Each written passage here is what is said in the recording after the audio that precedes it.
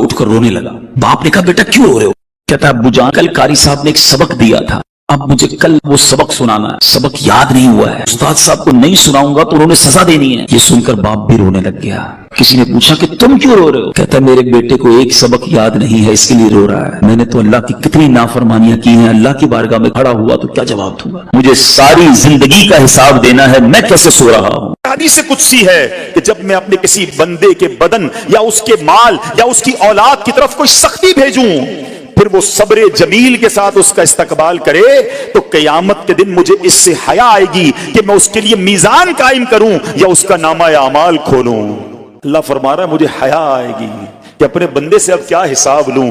जब आजमाइश भेजी थी तो इसने सब्र किया था, इसने शिकवा नहीं किया था। खुदा की कसम मैं आपसे पूछता हूं, मेरा कोई नुकसान हो जाए और कयामत के दिन मेरा नामा अमाल ना खोला जाए, मुझे अल्लाह की बारगाह में हिसाब ना देना पड़े, मुझे बताओ ये दुनिया के हिसाब नुकसान की क्या हैसियत है? अगर उधर बख्शा जाए, सुनो तो सही, रब फरमा रहा है कि मुझे हया आती है कि उसके लिए मीजान कायम करूं या उसका नामा अमाल खोलूं। अरे ये सारी दुनिया की दौलत, ये सारी दुनिया की आसाइश एक तरफ, अगर कयामत के दिन हिसाब किताब में आसानी मिल जाए, अल्लाह बिला हिसाब जन्नत में दाखिल कर दे, इससे बढ़कर कोई नेमत नहीं। मगर आज अफसोस ये होता है कि अगर किसी पर इम्तिहान आता है, वो इस इम्तिहान में फेल हो जाता है। इस हदीस में एक लफ्ज इस्तेमाल हुआ सब्र जमील के साथ। अब ये भी बड़ा मसला है कि लोगों को यही नहीं पता कि सब्र जमील है क्या। लोग कहते तो बहुत हैं, अल्लाह पाक आपको सब्र जमील अता फरमाए। अब उससे पूछो भाई सब्र जमील की तारीफ क्या है, तो फिर तारीफ नहीं पता होती। ये किसी जमील भाई का सब्र नहीं है जिसको सब्र जमील कहा जाता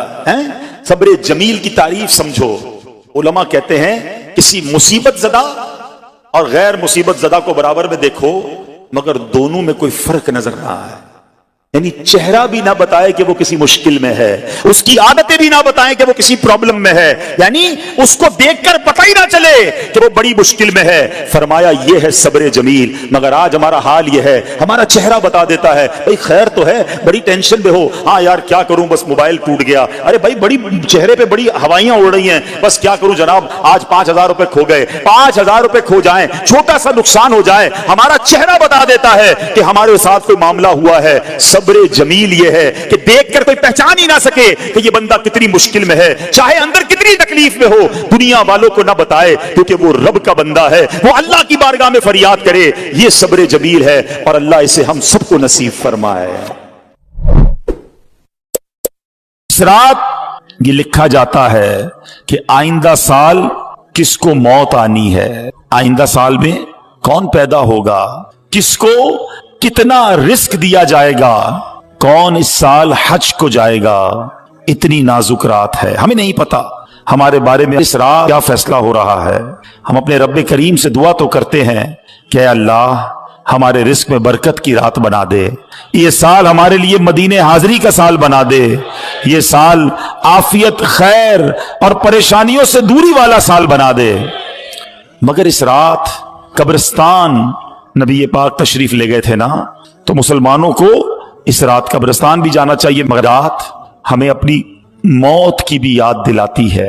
गुनियतुत तालिबीन शेख अब्दुल कादिर जिलानी गौसे आजम की किताब, उसमें कुछ इस तरह के जुमले हैं कि कुछ लोग वो होते हैं कि जिनके कफन धुल कर तैयार होते हैं मगर वो बाजारों में घूम रहे होते हैं। कुछ लोग अपना घर बना रहे होते हैं मगर उनकी कब्रें खुद कर तैयार हो गई होती हैं। किसी की मौत का वक्त करीब आ चुका होता है और वो हंसी मजाक में मसरूफ होता है। हम में से कोई ये नहीं जानता कि कब दुनिया से जाना हो जाए। आज कब्रिस्तान भी जाते हैं, जनाजों में भी जाते हैं, मगर अपनी मौत याद नहीं आती। हालांकि मौत एक ऐसी हकीकत है, एक ऐसी रियलिटी है कि दुनिया का हर बंदा मानता है कि मौत आनी है। मुसलमान हो या गैर मुस्लिम हो, पढ़ा लिखा हो या जाहिल हो, बड़ा हो या छोटा हो, मर्द हो या औरत हो, हर कोई जानता भी है, मानता भी है कि मौत आकर रहेगी। अरबी का मकूला है ना, है अल मौत कदहुन कुल्लु नफ्सिन शारिबूहा। मौत एक ऐसा जाम है जो हर जीरू ने पीना है। अल मौत बाबुन कुल्लु नफ्सिन दाखिलूहा। मौत एक ऐसा दरवाजा है जिससे हर किसी को गुजरना है, हम सबको मरना है, कोई मौत से बच नहीं सकेगा। मगर आज रात ये तय करना है कि हमने मौत की तैयारी कितनी की है, हमने अपनी आखिरत की तैयारी कितनी की है। आइए मैं आपको एक इबरतनाक, दिल के तारों को हिला देने वाला वाकया सुनाता हूं।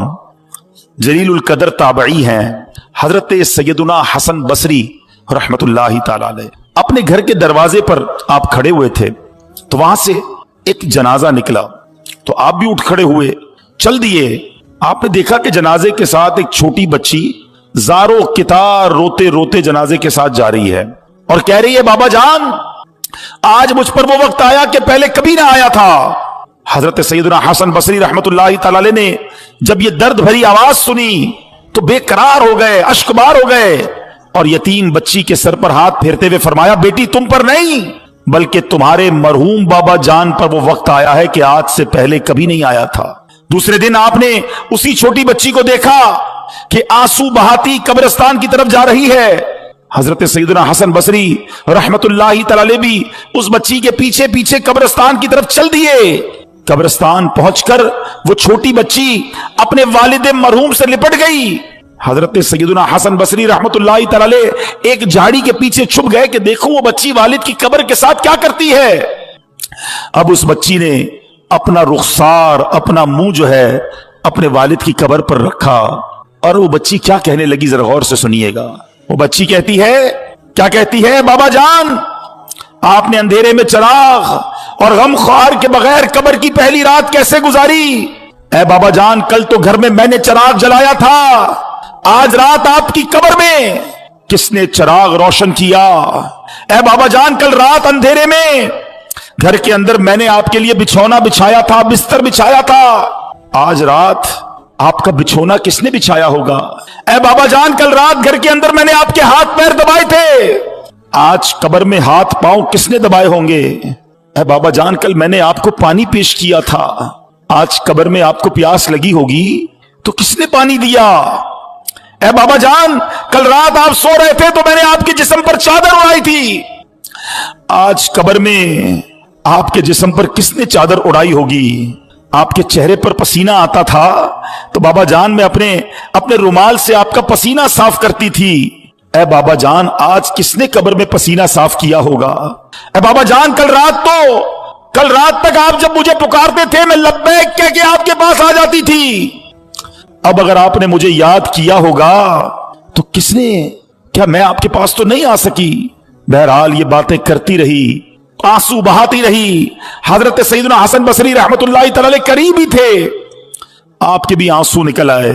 आप बच्ची के पास आए और आकर बच्ची से कहा कि बेटा यूं ना कहो बल्कि बाबा जान से यूं पूछो क्या बाबा जान दफन करते वक्त तो हमने आपका चेहरा किबले की तरफ किया था, बाबा जान क्या अब भी आपका चेहरा किबले की तरफ है या बदल दिया गया है। ऐ बाबा जान आपको कब्र में सही सलामत रखा गया था, क्या अब भी आपका जिस्म सलामत है या कीड़ों ने खा लिया है।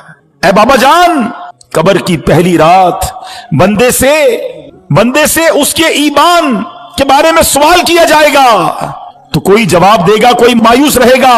क्या आपने कब्र में जाकर फरिश्तों के दुरुस्त जवाब दिए कि नहीं या नाकाम रहे। ऐ बाबा जान उलमा फरमाते हैं कि बाज मुर्दों पर कब्र कुशादगी करती है और बाज पर तंगी, तो आप पर कब्र ने तंगी की या कुशादगी। ऐ बाबा जान उलमा फरमाते हैं कि किसी मैयत के कफन को जन्नती कफन से बदल दिया जाता है और किसी मैयत के कफन को जहन्नमी कफन से बदल दिया जाता है, तो आपका कफन आग से बदला गया या आपका कफन जन्नती कफन से बदल दिया गया। ऐ बाबा जान उलमा तो फरमाते हैं कि जब कब्र नेक लोगों को तो ऐसे दबाती है जैसे मां अपने बच्चे को दबाती है, लेकिन जो गुनाहगार होता है, अल्लाह जिससे नाराज होता है, उसको कब्र ऐसे दबाती है कि उसकी पसलियां टूट कर एक दूसरे में पैवस्त हो जाती हैं। बाबा जान आपको कब्र ने दबाया तो कैसे दबाया था। बाबा जान उलमा फरमाते हैं कि मुर्दे को जब कब्र में उतारा जाता है तो वो दोनों सूरतों में पछताता है। नेक तो इसलिए पछताता है कि काश कुछ और नेकियां कर लेता, मगर गुनाहगार तो इसलिए पछताता है कि बड़े गुनाह किए हैं। ऐ बाबा जान ये तो बताइए कि आप किस बात पर पछताए थे, नेकियों पर या गुनाह।